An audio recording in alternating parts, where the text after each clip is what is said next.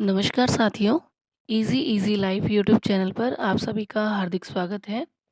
हम पढ़ रहे हैं कक्षा 9 राजस्थान का स्वतंत्रता आंदोलन और उसकी शौर्य परंपरा का। आज हम चैप्टर 4 राजस्थान में जनजातियों के आंदोलन शुरू करने वाले हैं। तो आइए शुरू करते हैं। राजस्थान में स्थानीय सामंतवाद व ब्रिटिश साम्राज्यवाद के मध्य अपवित्र गठबंधन का प्रतिरोध सर्वप्रथम मेर, मीणा और भील जनजातियों ने किया था। इसको हम डिटेल में पढ़ने वाले हैं अभी। तो आइए शुरू करते हैं। मेर विद्रोह। मेर विद्रोह क्या था? ये 1818 से शुरू हुआ था और 1824 तक चला था।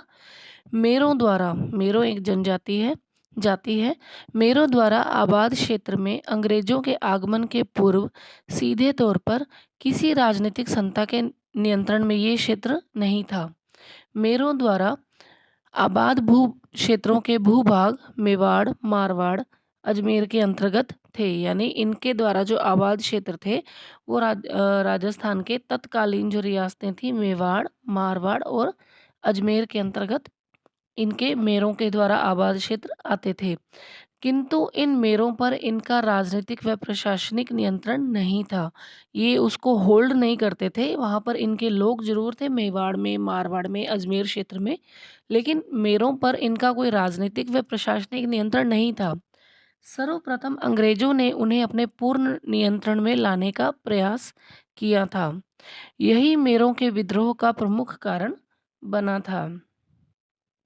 सन 1818 में अंग्रेज सुपरिटेंडेंट एफ विल्डर ने झाक व अन्य गांवों में जो मेरवाड़ा क्षेत्र के केंद्र बिंदु माने जाते थे, इनके साथ एक समझौता किया था। क्या समझौता था? जिनके अनुसार मेरों ने लूटपाट न करने की सहमति प्रदान की थी। मार्च 1819 में विल्डर ने किसी साधारण घटना को मेरों द्वारा उपयुक्त समझौते को तोड़ना सिद्ध करते हुए मेरवाड़ा पर आक्रमण कर दिया। अब यहाँ पर वापस आपको याद दिला दें कि मेरों का जो आबादी का जो क्षेत्र था वो मेवाड़, मारवाड़ और अजमेर क्षेत्र था।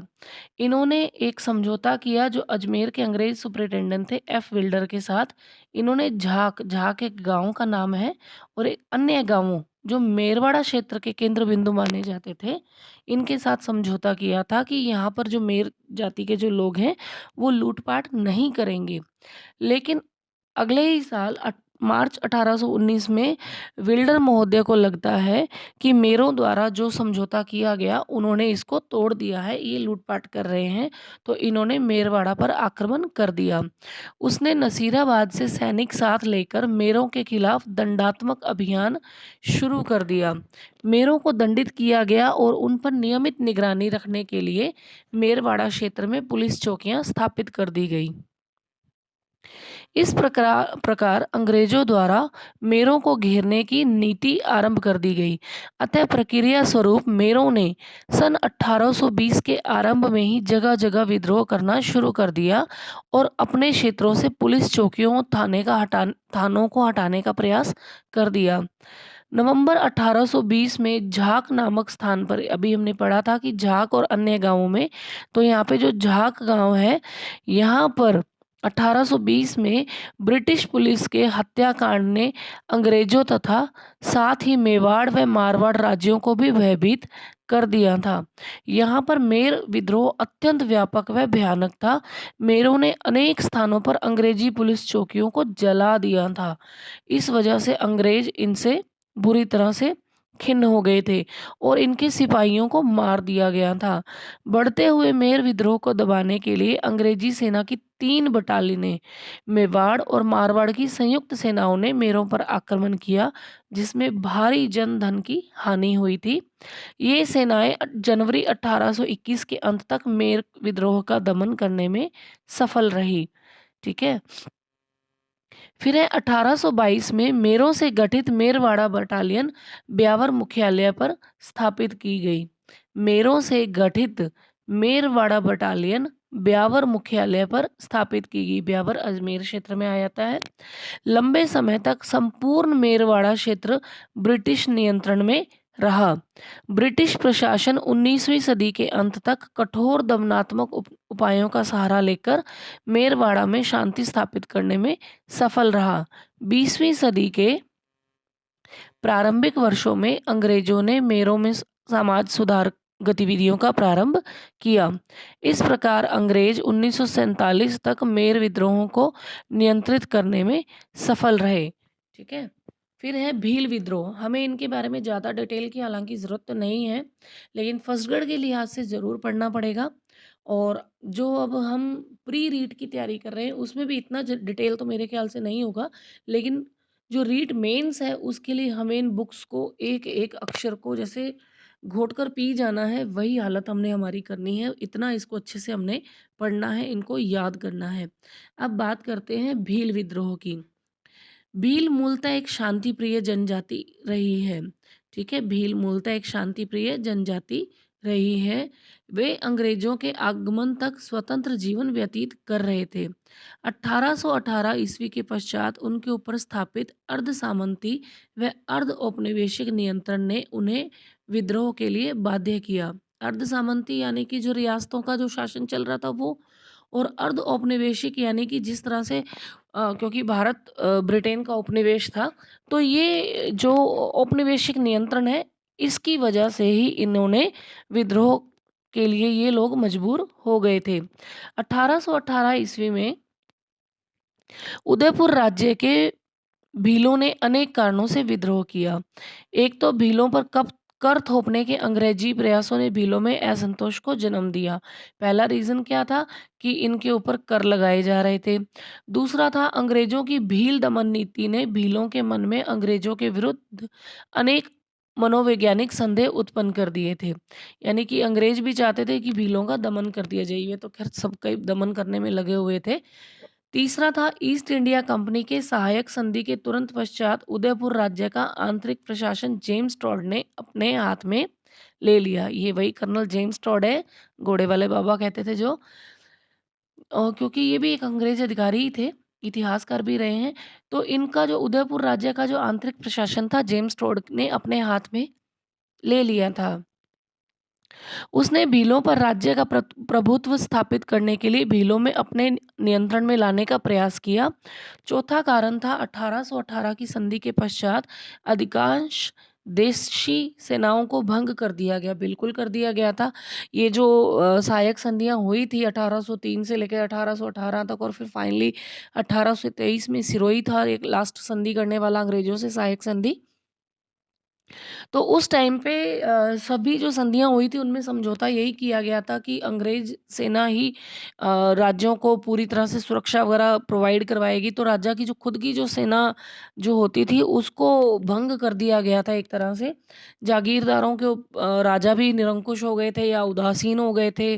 सामंतों की भी इतनी कोई खास स्थिति थी नहीं, कर ही कर लगाए जा रहे थे जनता के ऊपर, तो वो एक असंतोष का कारण बन रहा था। भील राज्य व जागीरदारों की सेना में नियमित व अनियमित रूप से नियुक्त रहते थे। अब ये क्या कहना चाहते हैं कि जो भील सैनिक हैं इनको राज्य व जागीरदारों की सेना में नियमित, यानी कभी नियमित कर दिया जाता था और कभी कईयों को अनियमित रूप से भी नियुक्त किया जाता था। फिर इन सेनाओं के भंग होने से बेरोजगारी फैली, देखिए इसके चलते उनमें असंतोष उत्पन्न हुआ। पांचवा, भील अपनी पाल के समीप ही गांवों से रखवाली, चौकीदारी नामक कर तथा अपने क्षेत्रों से गुजरने वाले माल व यात्रियों से बुलाई, सुरक्षा नामक कर वसूल किया करते थे। अब ये जो पांचवा यानी ये जो भील है, अपनी पाल के समीप ही, अपनी पाल यानी अपने एरिया के समीप ही गांवों से, यानी कि जहाँ तक इनकी टेरिटरी थी या जहाँ तक इनका जो एक क्षेत्र विशेष था उसके पास पास के गांवों से ये रखवाली करके यानी चौकीदारी का कर वसूलते थे, और इनके क्षेत्रों से जो गुजरने वाले माल व यात्रियों से बुलाई, बुलाई यानी सुरक्षा नामक कर वसूला करते थे। अब जेम्स टोड जी ने क्या किया, जेम्स टोड ने राज्य की आय व राजस्व में वृद्धि करने के प्रयासों के अंतर्गत भीलों पर कठोर नियंत्रण स्थापित करने के उद्देश्य से भीलों से उनके ये अधिकार छीन लिए। अब कहाँ तो ये जो भील हैं ये एक तो रखवाली वाला कर ले रहे थे लोगों से, और बुलाई कर ले रहे थे, ठीक है? जेम्स टोड ने इनकी ये चीज़ को ख़त्म कर दिया, ठीक है? कि अब आप नियंत्रण नहीं करोगे, आप ये राजस्व नहीं एकत्र करोगे। यह भील विद्रोह का तात्कालिक कारण बना, क्योंकि इनका तो इनकम का सोर्स तो यही था, तो वो इनको जब जेम्स टोड ने ख़त्म कर दिया। भीलों ने अपने इन परंपरागत अधिकारों को छोड़ने से इनकार करते हुए अंग्रेज व उदयपुर राज्य के विरुद्ध विद्रोह कर दिया। 1818 के अंत तक उदयपुर राज्य के भीलों ने यह चेतावनी देते हुए अपनी स्वतंत्रता घोषित कर दी कि यदि सरकार उनके आंतरिक मामलों में हस्तक्षेप करेगी तो वे विद्रोह के लिए बाध्य होंगे। देखो, भीलों ने अपने क्षेत्र की नाकेबंदी करते हुए राज्य के विरुद्ध बगावत कर दी। ये मेवाड़ क्षेत्र की बात हो रही है कि मेवाड़ क्षेत्र के भीलों ने अपने क्षेत्र की नाकेबंदी कर दी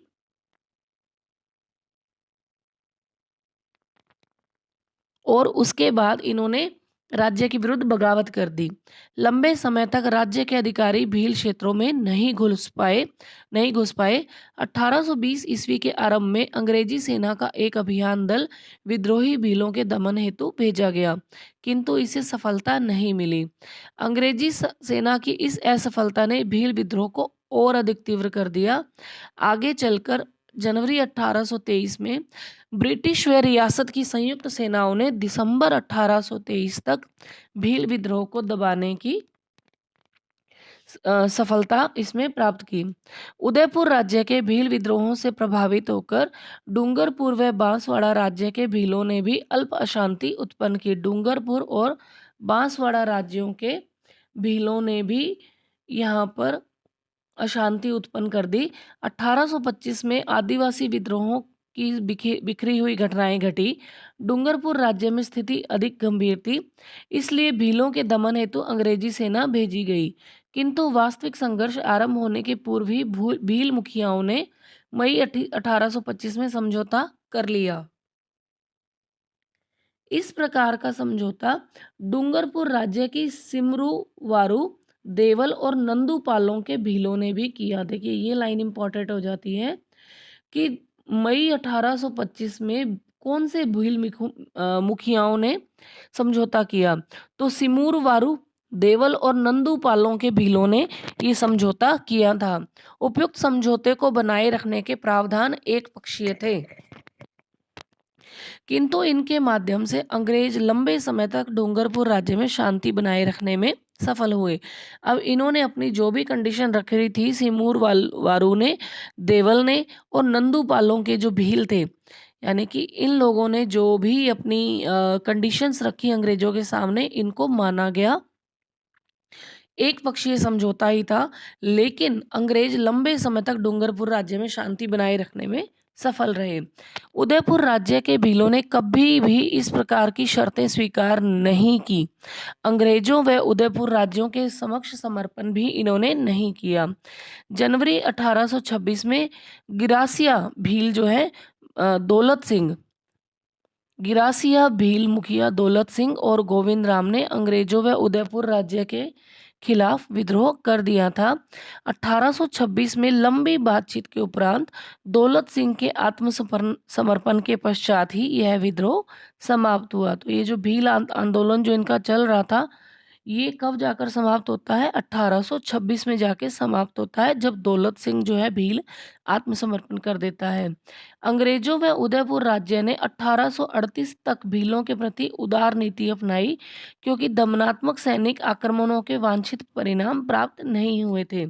यूं छुटपुट भील उपद्रव की घटनाएं जारी रही, किंतु कुल मिलाकर 1838 तक उदयपुर राज्य में भीलों की तरफ से तो शांति रही। 1836 में बांसवाड़ा में भील उपद्रव हुआ, जिन्हें अंग्रेजी सेना की सहायता से बांसवाड़ा के महारावल ने तुरंत नियंत्रित कर दिया था। अंग्रेजों ने बल प्रयोग के उपाय नहीं छोड़े, बल्कि मेरवाड़ा बटालियन की पद्धति पर भीलों के विरुद्ध लंबी सैनिक योजना तैयार की, जिसके अंतर्गत भीलों पर नियंत्रण स्थापित करने के उद्देश्य से भीलों की सेना के गठन का निर्णय किया। अब यहाँ पर इन्होंने एक टेक्नीक ली है कि अगर भील बार-बार हमसे झगड़ा करते रहे या हमसे युद्ध की स्थितियाँ करते रहे, तो हम कभी इन पे नियंत्रण कर सकेंगे और कभी नहीं कर सकेंगे। तो इन्होंने एक नया तरीका निकाल लिया कि जी हम भील कोर की गठन कर देते हैं, भीलों को ही सेना में ले लेते हैं, जिससे ये हमारे अंडर में भी आ जाएँगे, विद्रोह भी नहीं करेंगे और पूरा इनका माहौल सही रहेगा। अब अप्रैल 1841 में गवर्नर जनरल ने अपनी सलाहकार परिषद की सलाह पर मेवाड़ भील कोर के गठन को स्वीकृति प्रदान की। कब की थी? अप्रैल 1841 में। मेवाड़ भील कोर का मुख्यालय उदयपुर राज्य में खैरवाड़ा में बनाया गया। मेवाड़ के भील क्षेत्रों में खेरवाड़ा व कोटड़ा में 2 छावनियां स्थापित की गई थी। अंग्रेजों के सैनिक उपाय कुछ समय तक ही भीलों को शांत रख सके थे। 1844 में बांसवाड़ा राज्य में छुटपुट भील विद्रोह हुए। इस समय माही कांठा कांठा एजेंसी के अंतर्गत पोसीना पोसीना कहाँ है? गुजरात में है। और सिरोही राज्य के भील व गिरासिया विद्रोही हो गए थे। यानी कि माही कांठा एजेंसी के अंतर्गत पोसीना गुजरात क्षेत्र के और राजस्थान के सिरोही राज्य के भील व गिरासिया जाति के लोग विद्रोही हो गए। बांसवाड़ा राज्य के भील विद्रोह को गुजरात में बांसवाड़ा राज्य के भील विद्रोह को गुजरात में 1846 के कुंवर जीवे वसावों के नेतृत्व में गुजरात के भील विद्रोह से बढ़ावा मिला। तो यानी कि ये नेतृत्वकर्ता कौन थे? कुंवर जीवे वसावो। ये थे 1846 में। इन्होंने वहाँ के भीलों को यानी गुजरात में जो भील लोग विद्रोह कर रहे थे उसको बढ़ावा इन्होंने दिया था। बांसवाड़ा राज्य ने अपने वकील कोठारी केसरी सिंह को सहायता हेतु वेस्टर्न मालवा ब्रिटिश एजेंट के पास भेजा था। वापस देखिए, बांसवाड़ा एजेंट ने बांसवाड़ा जो रियासत थी, वहाँ बांसवाड़ा जो है वहाँ के भील विद्रोह को गुजरात में 1846 में कुंवर जीवे वसावों के नेतृत्व में गुजरात भील विद्रोह से बढ़ावा मिला। बांसवाड़ा राज्य ने अपने वकील कोठारी केसरी सिंह को सहायता हेतु वेस्टर्न मालवा ब्रिटिश एजेंट के पास भेजा और अंग्रेजी सेना की सहायता से 1850 के अंत तक भील विद्रोह को कुचल दिया गया। ये बहुत ज़्यादा डिटेल में दिया गया है। इतना डिटेल रीड के हिसाब से तो नहीं है और कुछ ज़्यादा फैक्ट भी नहीं बनते। 1850 से 1855 के मध्य कोई बड़े भील विद्रोह की घटना नहीं घटी, किंतु दिसंबर 1855 में उदयपुर राज्य के कालीबास के भील विद्रोही हो गए थे। महाराणा ने मेहता सवाई सिंह को एक सेना लेकर 1 नवंबर 1856 को भीलों के दमन हेतु भेजा। सेनाओं ने गांव में आग लगा दी। भारी संख्या में भीलों को मौत के घाट उतार दिया गया। 1860 ईस्वी तक निरंतर छुटपुट भील विद्रोह की घटनाएं घटती रही। 1857 की क्रांति के दौरान भी भील विद्रोह की संभावना थी, किंतु भील इस राष्ट्रीय क्रांति से अनभिज्ञ थे और राजकीय पलटनों ने अंग्रेजों के प्रति विद्रोह नहीं किया। राजकीय पलटनें तो वैसे भी विद्रोह नहीं कर रही थी, क्योंकि संधियां इस शर्त पे हुई थी कि अगर हमें अंग्रेजों को जरूरत पड़ी तो रियासतों को अपनी सेना उनको सौंपनी पड़ेगी। वर्ष 1861 में उदयपुर के समीप खैरवाड़ा क्षेत्र में भील उपद्रवों की घटनाएं सामने आई। 1863 ईस्वी में कोटड़ा के भील हिंसक गतिविधियों में संलग्न हो गए, जिसकी जिम्मेदारी मेवाड़ भील कोर, जिसका मुख्यालय खैरवाड़ा में था, उसके कमांडिंग अधिकारी ने उदयपुर राज्य पर सौंप दिए। क्योंकि राज्य के प्रशासनिक अधिकार भीलों के साथ उचित व्यवहार नहीं कर रहे थे, इन आधारों पर हाकिम को स्थानांतरित कर दिया गया। ठीक है, फिर है और सैनिक कार्यवाही व शांतिपूर्वक समझाकर भील उत्पात को शांत कर दिया गया। तत्पश्चात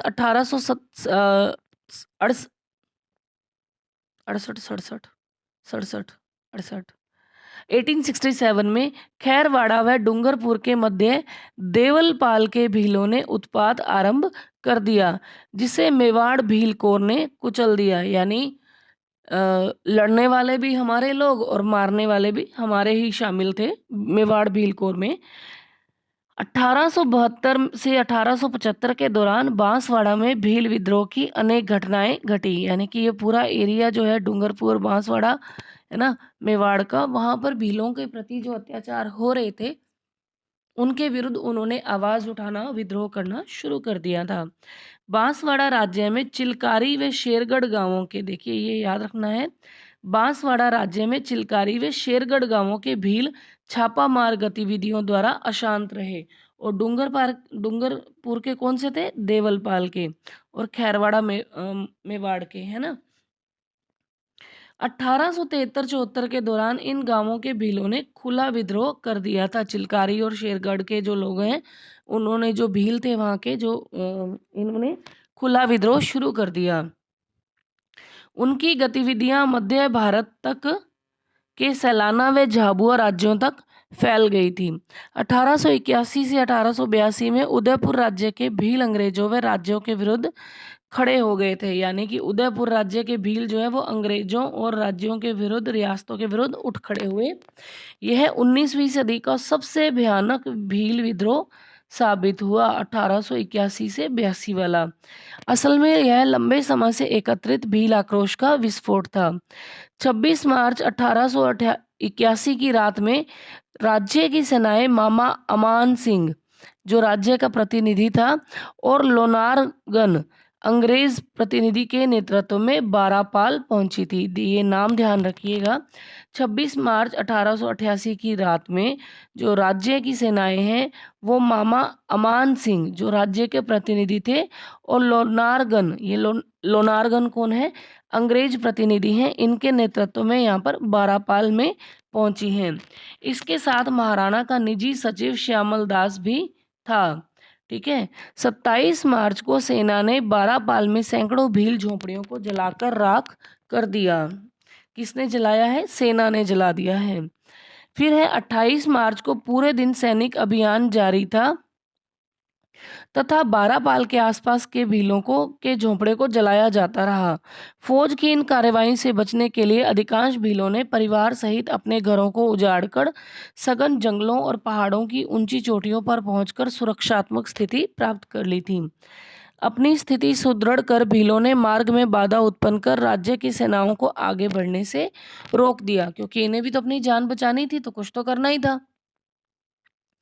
तो इन्होंने मार्ग में बाधाएं उत्पन्न कर दी और राज्य की सेनाओं को आगे बढ़ने से रोक दिया। निराश सेना व सेनापतियों ने सुरक्षात्मक स्थिति लेकर रिखव देव में डेरे डाल दिए थे। ठीक है। यहाँ लगभग 8000 भीलों ने इन्हें घेर लिया था। इस विद्रोह के प्रमुख नेता बिलखपाल का गमेती नीमा, पीपली का खेमा, सगात्री का जोयता, ये जो गांव हैं इनके नाम दिए गए हैं। गामेती नीमा कहाँ रहने वाला था? कहाँ का? बिलखपाल का। फिर खेमा कहाँ था? पीपली गांव का था। और जोयता कहाँ था? सगात्री गांव का था। ठीक है। सैनिक अधिकारियों ने भीलों के साथ शांति समझौते के प्रयास किए, लेकिन कोई सफलता नहीं मिली। महाराजा के निजी सचिव श्यामल दास ने ऋषभ देव मंदिर, यानी ऋषभ देव मंदिर के जो पुजारी हैं खेमराज भंडारी के माध्यम से भील नेताओं से वार्ता आरंभ की। अंत में 25 अप्रैल 1881 को भीलों के साथ एक समझौता हो गया। राज्य के अधिकारी आधा बरड़ कर छोड़ने, भविष्य में भीलों को जनगणना कार्यों से कष्ट न पहुंचाने, विद्रोही भीलों को माफी देने पर सहमत हो गए। भीलों ने राज्य के नियमों का पालन करने का वचन दिया और कानून विरोधी गतिविधियों में संलग्न न होने की स्वीकृति दी। उपयुक्त समझौते ने एक भयंकर भील विद्रोह को शांत अवश्य कर दिया था, किंतु पूर्ण शांति स्थापित नहीं हो पाई थी। यद्यपि मेवाड़ की भील समस्या को 19वीं सदी तक पर्याप्त सीमा तक सुलझा लिया गया था, किंतु डूंगरपुर व बांसवाड़ा के भीलों पर विशेष ध्यान नहीं दिया गया था। अतः 20वीं सदी के प्रारंभिक वर्षों में डूंगरपुर व बांसवाड़ा राज्यों में गोविंदगिरी के नेतृत्व में, अब हमारे फैक्ट यहाँ से शुरू हो जाते हैं। डूंगरपुर और बांसवाड़ा राज्यों में गोविंदगिरी के नेतृत्व में शक्तिशाली भील आंदोलन आरंभ होता है। गोविंद गिरी ने भीलों के उत्थान हेतु समाज व धर्म आंदोलन प्रारंभ किया था, जो आगे चलकर राजनीतिक आर्थिक विद्रोह में परिवर्तित हो गया था। गोविंद गिरी डूंगरपुर में बेड़सा नामक गांव के निवासी थे और जाति से बंजारा थे। ये क्वेश्चन सीटेट में भी पूछा गया है और रीट में भी पूछा गया है कि गोविंद गिरी किस जाति से संबंधित थे, तो ये बंजारा जाति से संबंधित थे। वे स्वयं छोटे किसान थे। उनकी निर्धन आर्थिक दशा व उनके पुत्रों व पत्नी की मृत्यु ने उन्हें अध्यात्म के लिए प्रेरित किया और वे सन्यासी बन गए।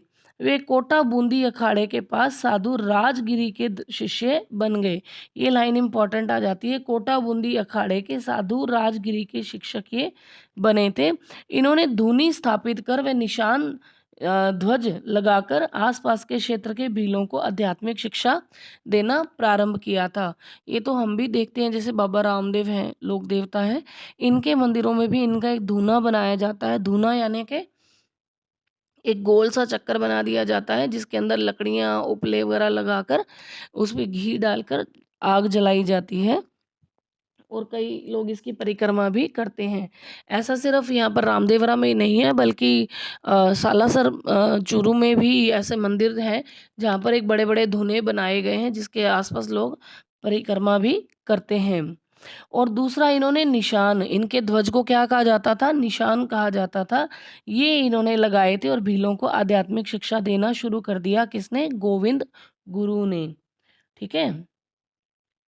गोविंद गिरी जो है, गुरु गिरी जो है, इनके विचारों ने भीलों को जागृत किया, उन्हें अपनी दशाओं व अधिकारों के प्रति जागरूक बनाया। इनके विचारों ने लोगों को यह सोचने के लिए भी बाध्य कर दिया कि उनके वर्तमान शासकों ने उन्हें पराधीन कर रखा है, गुलाम कर रखा है, जबकि वे स्वयं इस भूमि के स्वामी थे और उन्हें, यानी इन लोगों को इस पर पुनः शासन करना चाहिए। किसको? वहाँ की जनता को, वहाँ के लोगों को। इस प्रकार यह समाज एवं धर्म सुधार आंदोलन आर्थिक एवं राजनीतिक आंदोलन में बदलता जा रहा था। गोविंद गिरी की उपयुक्त शिक्षाओं व कल्याणकारी गतिविधियों के कारण इनका जो बनाया जो भगत पंथ था, ये भीलों में अत्यंत लोकप्रिय हुआ, जिसे भगत आंदोलन भी कहते हैं। गोविंद गिरी के बढ़ते प्रभाव से राजा, उनके अधिकारी एवं जागीरदार चिंतित होने लगे थे। उनका बढ़ता हुआ प्रभाव कहीं उनकी सत्ता को पलट न दे। अंततः वे इन उपदेशकों अथवा प्रचारकों को अपने राज्य और जागीर की सीमाओं से बाहर निकल जाने के लिए बाध्य करने लगे, जिससे वर्गीय कटुता बढ़ने लगी। समाज एवं धर्म सुधार आंदोलन राजनीतिक स्वरूप प्रदान करने लग गया था। सन 1908 में गोविंद गिरी ने राजपुताना छोड़कर 1910 तक एक कृषक के रूप में गुजरात के सूंथ एवं ईडर राज्यों के भीलों के साथ कार्य किया। उन्होंने इन राज्यों के भीलों को जागृत कर उनका शक्तिशाली जन आंदोलन तैयार किया। ईडर राज्य के अंतर्गत पाल पट्टा में भील आंदोलन से ऐसी स्थिति उत्पन्न हुई कि वहां के जागीरदार ने भीलों के साथ 24 फरवरी 1910 को एक समझौता किया। इस समझौते के अंतर्गत कुल 21 शर्तें थी जो भीलों के अधिकारों से संबंध रखती थी। इस समझौते ने राजस्थान व गुजरात के भीलों को सामंती शोषण के विरुद्ध लड़ने का उत्साह दिया। यह समझौता गोविंद गिरी के आंदोलन की सफलता कहा जा सकता है। 1911 के आरंभ में वह डूंगरपुर स्थित अपने मूल स्थान बेड़सा वास आए। यहाँ पर इनका मूल स्थान का भी नाम को ध्यान में रखना है। ये था बेड़सा वास। ठीक है। वहाँ उन्होंने धुनी स्थापित की, भीलों को आधुनिक पद्धति पर उपदेश देना प्रारंभ किया। 1911 में उन्होंने अपने पंथ को नए रूप में संगठित किया। धार्मिक शिक्षाओं के साथ साथ भीलों को सामंती एवं औपनिवेशिक शोषण से मुक्ति की युक्ति भी इन्होंने समझानी शुरू कर दी। उन्होंने प्रत्येक भील गांव में अपनी धुनी स्थापित की और इनकी रक्षा हेतु कोतवाल भी नियुक्त किए गए थे। गोविंदगिरी द्वारा नियुक्त कोतवाल केवल धार्मिक मुखिया ही नहीं था, बल्कि अपने क्षेत्र के सभी मामलों के प्रभारी भी थे। वे भीलों के मध्य विवादों का निपटारा भी करते थे।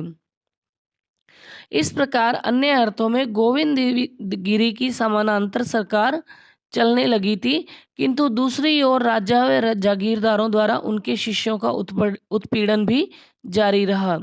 अब ये देखिए, ये जो पिक्चर दी गई है ये किसकी है? गोविंदगिरी की है, जो एक बंजारा परिवार से संबंधित है। और बेड़सा, मानगढ़, डूंगरपुर, भगत, समसभा, है ना, ये सब इनके कार्य क्षेत्र में आते हैं। 17 नवंबर 1913 को यहाँ पर एक भीलों पर आक्रमण किया जाता है, और उसके अलावा इन्होंने धुनी भी बनाई थी, है ना। तो ये कुछ कीवर्ड्स हैं जो हमें इसको ध्यान में रखने हैं। अब हमने देखा है कि जो बेड़सा गांव है वो गोविंदगिरी की गतिविधियों का केंद्र बन गया था। ईडर, सूंठ, बांसवाड़ा, डूंगरपुर राज्यों और पंचमहल और खेड़ा जिले के भील वहां पर आने लगे। इस आंदोलन का प्रभाव संपूर्ण दक्षिणी राजस्थान के राज्यों व बम्बई सरकार के अंतर्गत गुजरात के भीलों के क्षेत्रों में फैल गया था। उनके बढ़ते हुए प्रभाव से भयभीत होकर अप्रैल 1913 में डूंगरपुर पुलिस ने उन्हें गिरफ्तार कर लिया था। किसको गिरफ्तार किया है? गोविंदगिरी को भी गिरफ्तार कर लिया है, और उनका सभी सामान जब्त कर लिया था। और उनके धार्मिक पंथ को छोड़ने के, यानी कि यहाँ पे गोविंदगिरी को खुद धमकाया जा रहा है अंग्रेजी सेना के द्वारा कि एक तो अपना यहाँ से आप कार्य जो है जो आप कर रहे हो उसको यहाँ से छोड़ दिया जाए, उसको खत्म किया जाए। तो अब ये अपना धार्मिक पंथ क्यों छोड़ेंगे भाई? सामंती एवं औपनिवेशिक सत्ता द्वारा उत्पीड़क व्यवहार ने गोविंदगिरी और उनके शिष्यों को सामंती एवं औपनिवेशिक दासता से मुक्ति प्राप्त करने हेतु भील राज्य की स्थापना की और योजना बनाने को प्रेरित किया। कौन प्रेरित कर रहे हैं? गोविंदगिरी प्रेरित कर रहे हैं अपने शिष्यों को, किसके विरुद्ध? सामंती और औपनिवेशिक दासता से मुक्ति के लिए इनको तैयार कर रहे हैं, प्रेरित कर रहे हैं। अब ये है मानगढ़ धाम, जिसके ऊपर ये एक पहाड़ी है, और यहाँ पर ये एक तरह से पार्क बनाया गया है, स्मारक बनाया गया है। हुआ क्या था वो पढ़ते हैं। गोविंदगिरी अक्टूबर 1913 में मानगढ़ पहाड़ी पर पहुंचे थे। भीलों को पहाड़ी पर एकत्रित होने के लिए संदेशवाहक भेजे गए थे। धीरे धीरे भारी संख्या में भील पहाड़ी पर आने लगे, और साथ में राशन पानी व हथियार भी ला रहे थे, क्योंकि निकलना आसान था, इनके लिए निकल सकते थे। राजस्थान की परिस्थितियां ही ऐसी थी। इन गतिविधियों ने सूंठ, बांसवाड़ा, डूंगरपुर और ईडर राज्यों को चौकन्ना कर दिया था। इन सभी राज्यों ने अपने संबंधित अंग्रेज अधिकारियों से मानगढ़ पर भीलों के जमावड़े और पालों में युद्ध के लिए तैयारी कर रहे भीलों को कुचलने की प्रार्थना की थी। यानी कि अब ये भील जो है इकट्ठे हुए हैं, सारे के सारे आपस में बात करने वाले हैं, और अब यहाँ पर इनकी वजह से अंग्रेज अधिकारी पहले ही परेशान हो गए हैं, और ये कहते हैं कि यहाँ पर हमें युद्ध की स्थिति दिखाई दे रही है, तो इनको कुचलने के लिए ये तैयारी शुरू करने लग गए थे अंग्रेज। 6 से 10 नवंबर तक 6 से 10 नवंबर 1913 में मेवाड़ भील कोर की 2 कंपनियां, 104 वेलेजरी राइफल्स की एक कंपनी, 7वीं राजपूत रेजिमेंट की एक कंपनी, ये सारे मिलकर मानगढ़ पहाड़ी पर भीलों के जमावड़े को कुचलने के लिए वहां पर पहुंच गई। विफल वार्ताएं, अब इनके बीच में लगभग 1 हफ्ते तक खूब बातचीत होती है ना। फिर 17 नवंबर 1913 को अंग्रेजी फौजों ने मानगढ़ की पहाड़ी पर आक्रमण कर दिया। मानगढ़ की पहाड़ी के सामने दूसरी पहाड़ी पर अंग्रेजी फौजों ने तोप और मशीन गनें तैयार कर रखी थी, और वहीं से गोला बारूद दागे जाने लगे। लगभग 1 घंटे तक मानगढ़ पर भीलों ने सेना का सफल मुकाबला किया, किंतु आधुनिक युद्ध सामग्री के समक्ष अधिक समय तक वे टिक नहीं सके। मानगढ़ की पहाड़ी के नीचे तैनात अंग्रेजी फौज पहाड़ी को घेरते हुए ऊपर पहुंची। भीलों को अंधाधुंध गोलियों से भूनना इन्होंने आरंभ कर दिया। भीलों में भी भगदड़ मच गई। कुछ ही समय में पहाड़ी पर भीलों ने आत्मसमर्पण कर दिया। इसके उपरांत भी भीलों का कत्ले-आम जारी रहा। अंग्रेजी दस्तावेज़ों के अनुसार कुल 100 भील व्यक्ति मारे गए थे और 900 से अधिक भीलों को बंदी बना लिया गया था। इनके साथ ही गोविंदगिरी और इनके एक साथी हैं पूंजिया, इनको भी बंदी बना लिया गया था। भील आंदोलन तो देखो कुचल दिया जाता है ना? अब ये होता क्या है, 1913 में जो ये जो गोविंद गुरु है, ये एक चीज़ और करते हैं, ये संप सभा की स्थापना भी करते हैं। संप सभा की स्थापना करते हैं और ये भगत आंदोलन चलाते हैं, है ना? तो ये काफ़ी इम्पोर्टेंट व्यक्ति बन जाते हैं राजस्थान का जब हम इतिहास पढ़ते हैं। 1913 में जब ये मानगढ़ पहाड़ी पर आश्विन सुदी पूर्णिमा को जब इनका अधिवेशन हो रहा है इन भीलों का, तब यहाँ पर हजारों आदिवासियों के ऊपर गोलियां चलाई जाती हैं, जिसमें सैकड़ों व्यक्ति जो है वो मारे भी जाते हैं। इसे इन्होंने कौन सा नाम दिया था? इन्होंने नाम दिया था भगत आंदोलन का। ठीक है, भगत आंदोलन का नाम दिया गया था। अब देखिए,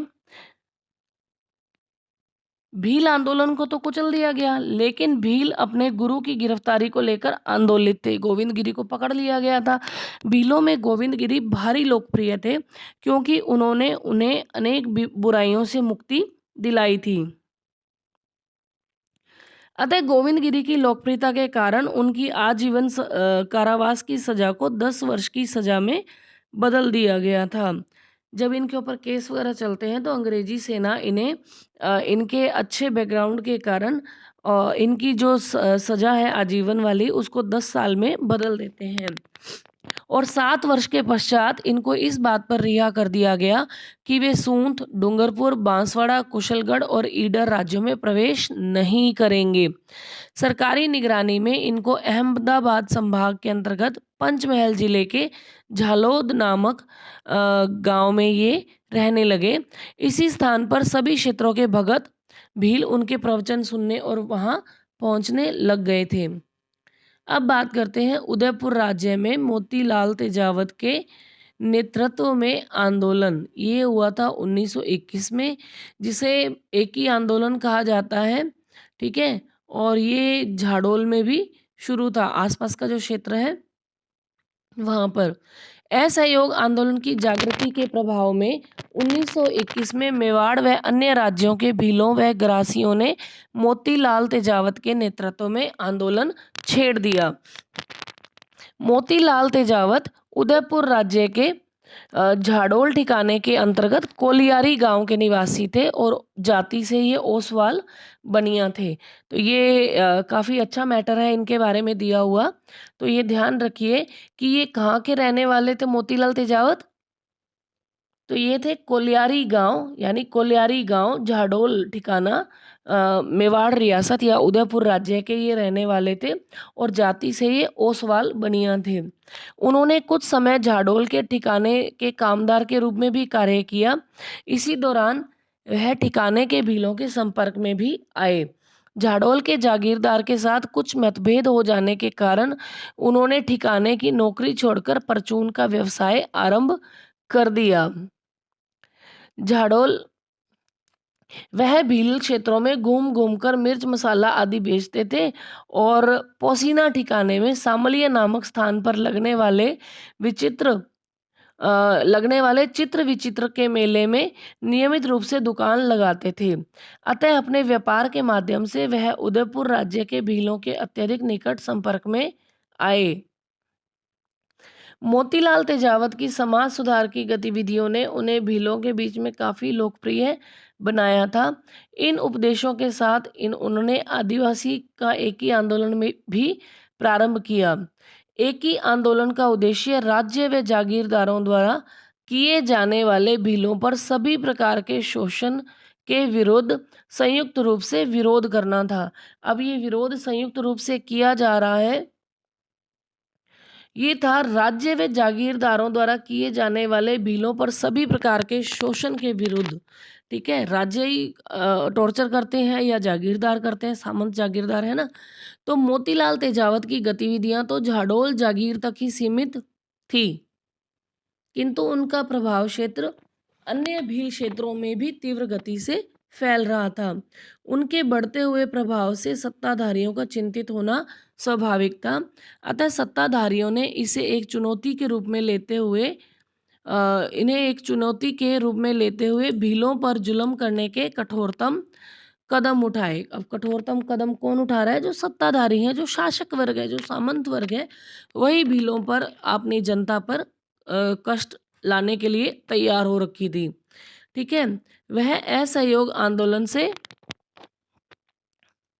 इसी दौरान तेजावत विजय सिंह पथिक और अन्य नेताओं से मिले और उनके विचार विमर्श कर भीलों की समस्याओं के समाधान हेतु इन्होंने एक कार्यक्रम भी तैयार किया। फिर है, वह असहयोग आंदोलन से बहुत प्रभावित थे। भीलों का ऐसा ही आंदोलन वे भी छेड़ना चाहते थे। इस समय तक बिजोलिया किसान आंदोलन अपनी चरम सीमा पर था, जिसने तेजावत को भी उत्साहित किया। जब उसे बिजोलिया के नेताओं से समर्थन का आश्वासन मिल गया तो उसने अपने कार्यक्रम को अंतिम रूप प्रदान किया। जुलाई 1921 में उन्होंने भीलों का करबंदी सहित असहयोग आंदोलन आरंभ कर दिया था। फिर है, झाडोल के जो शासक है, जो सामंत है, इस स्थिति से चिंतित हो गए और स्थिति को नियंत्रण में लाने के ध्येय से उन्होंने 19 अगस्त 1921 को मोतीलाल तेजावत को गिरफ्तार करवा दिया। 19 अगस्त 1921 को मोतीलाल तेजावत को गिरफ्तार कर लिया गया। तेजावत की गिरफ्तारी ने भीलों को और अधिक उत्तेजित कर दिया। अपने नेता को मुक्त कराने के लिए हजारों भील एकत्रित हो गए। भीलों के भारी जमावड़े ने तेजपाल को मुक्त कराने हेतु ठाकुर को बाध्य कर दिया था। अब इसके पश्चात क्या होता है? मोतीलाल तेजावत ने अपना आंदोलन और भी तीव्र कर लिया। दिसंबर 1921 तक उदयपुर राज्य में किसान और आदिवासी आंदोलनों के कारण एक विस्फोटक स्थिति उत्पन्न हो गई। भील आंदोलन के बढ़ते हुए प्रभाव को देखते हुए ब्रिटिश अधिकारियों ने 1 जनवरी 1922 को भीलों को कुछ छूट देने का निर्णय लिया और तद अनुसार जागीरदारों को सलाह दी गई थी। आंदोलन के परिणाम स्वरूप राज्य का यह निर्णय समर्पण का सूचक था, जिसे भीलों की इच्छा शक्ति को और बढ़ावा मिला था। जनवरी 1922 में मोतीलाल तेजावत ने सिरोही राज्य में प्रवेश किया। देखिए कितनी इंपॉर्टेंट लाइन है। 1922 में मोतीलाल तेजावत जो है वो सिरोही राज्य में प्रवेश करते हैं, जहां भारी संख्या में भील व गिरासिया जाति आदिवासी लोग रहा करते थे। वे उदयपुर के आंदोलन से बहुत प्रभावित थे और सिरोही में ऐसा ही एक आंदोलन छेड़ना चाहते थे।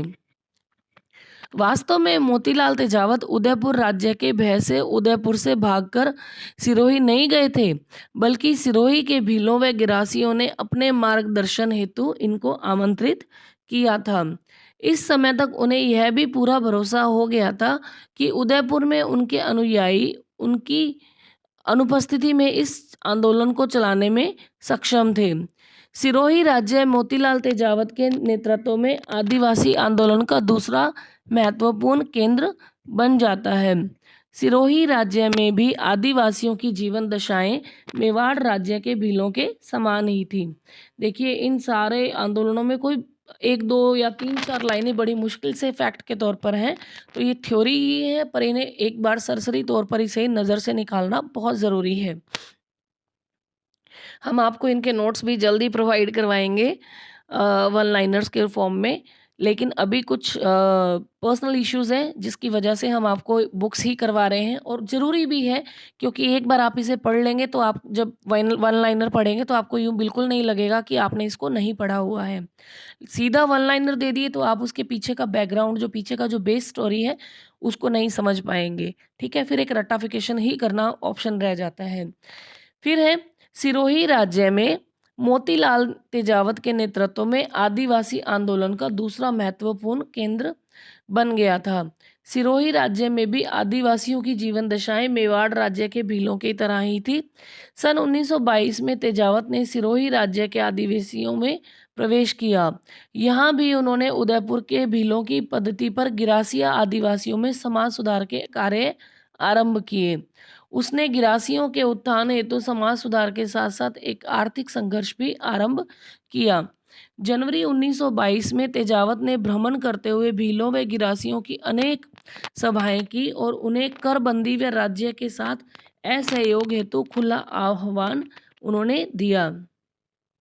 11 फरवरी 1922 को कांग्रेस ने असहयोग आंदोलन वापस ले लिया था और ब्रिटिश अधिकारियों ने संपूर्ण भारत में किसान व आदिवासी आंदोलनों की शक्तिपूर्वक कुचलने की नीति बनाई। अब देखिए, दीवान रमाकांत मालवीय ने गांधी पथिक और राजस्थान सेवा संघ के नेताओं से की सहायता से सिरोही के आदिवासी आंदोलन को समाप्त करने के प्रयास किए थे, किंतु अपने प्रयासों की असफलता से झुंझलाकर गिरासियों के मुख्य गांवों सियावा में कर वसूली के लिए अंगसेना भेजने का निर्णय कर लिया गया। राज्य व अंग्रेजों की सेना ने इस गांव पर 12 अप्रैल 1922 को आक्रमण कर दिया था। इस सैनिक कार्रवाई में अनेक ग्रासियों की जान गई। फौज ने उनके घर, उनके अनाज, पशु जलाकर उनको भी भारी नुकसान पहुंचाया। इसके पश्चात भी सैनिक अभियान जारी रहा। 5 मई 1922 को सेना ने ब्लोरिया गांव पर आक्रमण किया। इस गांव का बहुत बड़ा भाग जला दिया गया। इसमें 11 आदिवासियों की जानें गई। 6 मई को भूला व नवावास 6 मई को भूला एवं नवावास नामक गांवों को सैनिक आक्रमणों का शिकार होना पड़ा तथा इन गांवों की अधिकांश झोंपड़ियों को जलाकर राख कर दिया गया था। तो टॉर्चर करने में तो कोई कसर छोड़ी ही नहीं है जी। खैर, लोगों का हिम्मत थी, लोगों का जज्बा था जो इन्होंने इन चीज़ों से भी पार पाई। सिरोही राज्य व अंग्रेजी सेना की संयुक्त कार्यवाहियों ने भीलों व ग्रासियों का मनोबल तोड़ दिया था, क्योंकि खुद के राज्य की सेना ही इनके विरुद्ध हो गई थी और की सेना ने तो आक्रमण करना ही था।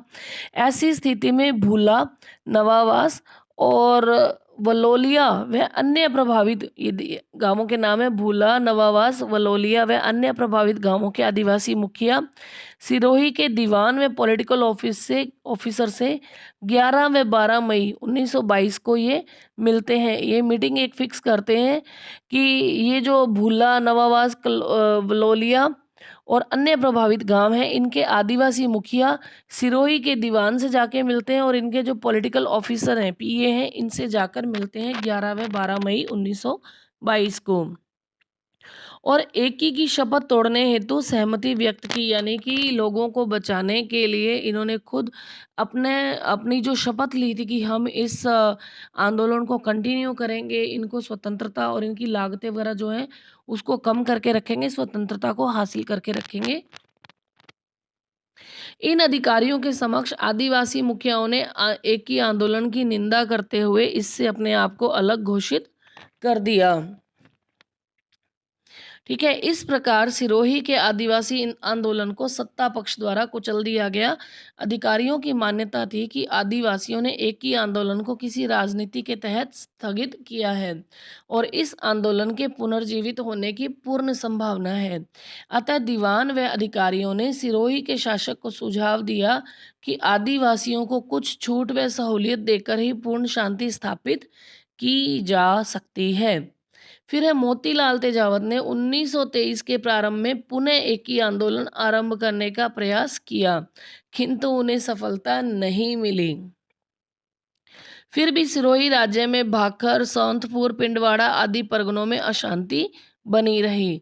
1927 में जाकर आदिवासी पंचों ने सिरोही राज्य के अधिकारियों के साथ समझौता किया।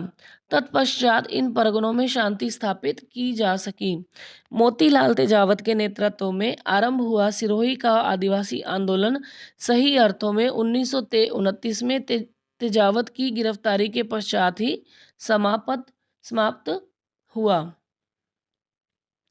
उदयपुर व सिरोही राज्य के भील व ग्रासिया 1921 से 1929 के मध्य मोतीलाल तेजावत के नेतृत्व में अशांत बने रहे हैं। लगभग 9 साल के समय तक इनका भरपूर साथ दिया है किसानों ने। राज्यों, जागीरदारों, अंग्रेजों ने अशिक्षित व भोले आदिवासियों पर सभी प्रकार के अत्याचार किए थे। इसी क्रम में सैनिक कार्यवाहियों की एक श्रृंखला आरंभ की गई, जिसने आदिवासियों का मनोबल तोड़ दिया। जनवरी 1924 के पश्चात ये जो मोतीलाल तेजावत है, ये भूमिगत हो गए, अंडरग्राउंड कहीं चले गए, क्योंकि उनकी गिरफ्तारी पर उदयपुर, सिरोही व ईडर राज्यों ने पुरस्कार घोषित कर दिए थे। अधिकारियों की यह स्पष्ट मान्यता थी कि जब तक तेजावत को नहीं घेरा जाएगा, तब तक आदिवासी आंदोलन शांत नहीं हो सकता। 3 जून 1929 को ईडर राज्य की पुलिस ने खेड़ ब्रह्म नामक स्थान में तेजावत को गिरफ्तार कर लिया। ईडर पुलिस ने उदयपुर राज्य को सौंप दिया, जहां उनके विरुद्ध आपराधिक मुकदमा भी चलाया गया। सन 1936 तक इसमें कोई अंतिम निर्णय नहीं हुआ और तेजावत जी जो हैं वो जेल में ही रहे। उन्हें अप्रैल 1936 में जेल से इस शर्त पर रिहा किया गया कि वह कोई आंदोलनात्मक कार्य नहीं करेंगे, उदयपुर राज्य की अनुमति के बिना उदयपुर शहर से बाहर नहीं निकलेंगे। उदयपुर राज्य ने उनके गुजारने के लिए 30 रुपये प्रतिमाह का भत्ता स्वीकार किया। पुनः उन्हें जनवरी 1945 में बंदी बना लिया गया था, जब उन्होंने भोमट क्षेत्र में प्रवेश करने की कोशिश की तथा उसे फरवरी 1947 में जेल से रिहा कर दिया गया। ठीक है। अब हम बात करते हैं मीणा विद्रोह की। मीणा विद्रोह 1851 से 1860 तक ये रहा है। नई भूमि व राजस्व व्यवस्था के प्रति अपना रोष प्रकट करने के लिए 1851 में उदयपुर राज्य के जहाजपुर परगने के मीणाओं ने अंग्रेजों के विरुद्ध विद्रोह कर दिया था। इस क्षेत्र की मीणा जाति पर्याप्त रूप में किसी भी राजनीतिक सत्ता से मुक्त थी। केवल महाराणा मेवाड़ की प्रतीकात्मक सत्ता स्वीकार करते थे। कर्नल टोड ने भी इसी चीज का जीवंत विवरण प्रस्तुत किया है अपने ग्रंथों में, जो उपयुक्त तथ्य को सिद्ध करता है। ये अंग्रेज ही थे जो इस क्षेत्र पर उदयपुर राज्य का कठोर नियंत्रण स्थापित कर सके थे। ब्रिटिश शासित अंग्रेज प्रांत के समीप स्थित इस मीणा क्षेत्र में राज्य की सत्ता स्थापित हो सकी थी। वास्तव में अंग्रेज आदिवासी समुदायों के प्रति पूर्वाग्रहों से ग्रसित थे, इसलिए अंग्रेज इन लोगों के साथ बड़ी कठोरता का व्यवहार करते थे। 1820 से 1821 में अंग्रेजों द्वारा मेरों के दमन से मीणा समुदाय के लोग भली भांति परिचित थे। अतः जहाजपुर क्षेत्र के मीणा समुदाय और अंग्रेज अधिकारियों के मध्य विरोध अस्तित्व में आया।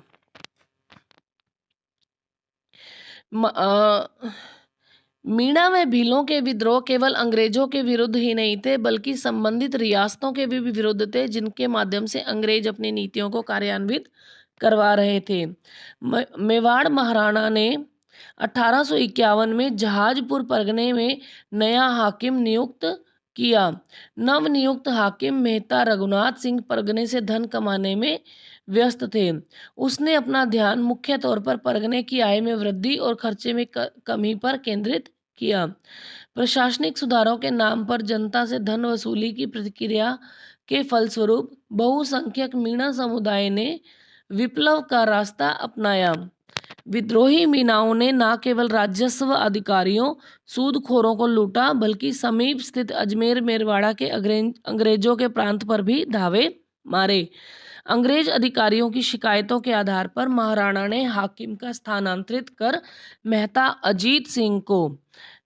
अजीत सिंह को विद्रोही मीणाओं के दमन के कठिन कार्य को पूरा करने के उद्देश्य से नया हाकिम नियुक्त किया। वह उदयपुर से एक सेना लेकर रवाना हुआ। इसके साथ शाहपुरा, बनेड़ा, बिजोलिया, भैंसरोडगढ़, जहाजपुर, मांडलगढ़ के जागीरदारों की सेनाएं सम्मिलित थीं। इनके अतिरिक्त भीम पलटन व एकलिंग पलटन के सिपाही 2 तोपों सहित इस सेना के साथ जोड़े गए। Agent to governor general in Rajputana के कहने पर जयपुर, टोंक, बूंदी राज्यों ने अपने राज्य की सीमाओं पर चौकसी पक्की कर दी, जिससे जहाजपुर के मीणाओं को अन्य राज्यों के मीणाओं द्वारा सहायता व समर्थन की संभावना को समाप्त कर दिया गया। उदयपुर की सेनाओं ने छोटी लुहारी व बड़ी लुहारी नामक गांवों पर आक्रमण किया, जो मीणा विद्रोह के मुखियाओं के गांव थे। सेनाओं ने दोनों ही गांवों को नष्ट कर दिया और मीणा सपरिवार मनोहरगढ़ एवं देवखेड़ा की पहाड़ियों की ओर भागे। वहां उन्होंने रक्षात्मक स्थिति प्राप्त कर ली थी। इसी बीच जयपुर, बूंदी, टोंक राज्य से तमाम प्रतिबंधों के उपरांत भी लगभग 5,000 मीणा लोग जहाजपुर के मीणाओं की सहायतार्थ पहुंच गए थे। उदयपुर की सेनाओं ने भरसक प्रयत्न किए, किंतु सघन झाड़ियां व पहाड़ी प्रदेश होने के कारण सैनिक कार्रवाई में अनेक रुकावट उत्पन्न हो रही थी। इसलिए सेना को वहां पर कोई सफलता नहीं मिलती है और राज्य सेना के लगभग 57 जो सिपाही हैं वो इस अभियान में मारे गए थे। दिसंबर 1854 में agent to governor general in Rajputana, Mewar का पॉलिटिकल एजेंट व हाड़ौती का पॉलिटिकल एजेंट संयुक्त रूप से सेना लेकर जहाजपुर पहुंचते हैं और जहाजपुर व इटोदा में 1 महीने तक रुके रहे। जनवरी 1855 के अंत तक मीणा विद्रोही इस सेना के समक्ष आत्मसमर्पण के लिए तैयार हो गए। भविष्य में मीणाओं का सामना करने के उद्देश्य से फरवरी 1855 में जयपुर, अजमेर, बूंदी व मेवाड़ की सीमाओं पर स्थित देवली में एक सैनिक छावनी स्थापित की गई। मीणाओं पर नियमित निगरानी रखने के ध्येय से छावनी के आसपास पुलिस थाने भी स्थापित किए गए। इस प्रकार मीणाओं के विद्रोह को दबाया जा सका। 1855 ईस्वी में देवली छावनी को नवगठित गठित अनियमित सेना का मुख्यालय बनाया गया था, जो 1857 से 1860 के दौरान 42वीं देवली रेजिमेंट अथवा मीणा बटालियन के नाम से जानी जाती रही थी। 1921 में 42वीं देवली रेजिमेंट व 43वीं एरिनपुरा रेजिमेंट को समाप्त कर दिया गया। उनके स्थान पर मीणा कोर की स्थापना की गई। देवली ने इस सेना का गठन राजस्थान में आदिवासियों के प्रति अंग्रेज नीति का विस्तार कहा जा सकता है। वास्तव में इस तरह के दमनात्मक उपायों का विस्तार आदिवासी समस्या का समाधान नहीं था, किंतु नवगठित अमानवीय व अपवित्र औपनिवेशिक व सामंती मेल द्वारा स्थापित राजनीतिक सत्ता से कुछ और आशा नहीं की जा सकती थी। पुनः जनवरी 1860 में जहाजपुर के मीणाओं ने विद्रोह कर दिया। महाराणा ने 29 जनवरी 1860 को चंद सिंह के नेतृत्व में जहाजपुर की ओर एक सेना भेजी। उसने गाडोली और लुहारी गांवों में आक्रमण किया। राज्य ने सेना के गांवों को लूटा और आगजनी भी की। भारी संख्या में मीणाओं को बंदी बनाया गया और 6 लोगों को तोप से उड़ा दिया गया। ये बहुत अत्याचारी काम है। तोप से उड़ा दिया गया 6 लोगों को। मीणाओं पर पुलिस थानों में नियमित उपस्थिति थोप दी गई। इस प्रकार जहाजपुर का मीणा विद्रोह अंतिम रूप से नियंत्रित हो गया था। ठीक है। अब हम देखते हैं कि ऑलमोस्ट हमारा ये ऑलमोस्ट नहीं, ये हमारा चैप्टर आज का यहाँ पर पूरा होता है।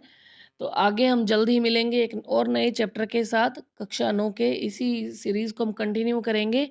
तो आज के लिए इतना ही। चैनल के साथ जुड़े रहिए।